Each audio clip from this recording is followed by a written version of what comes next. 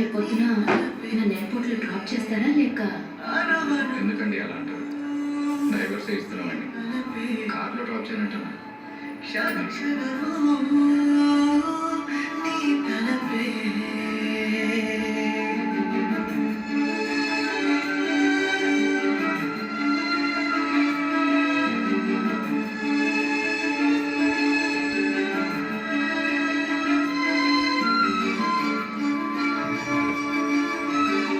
చూడు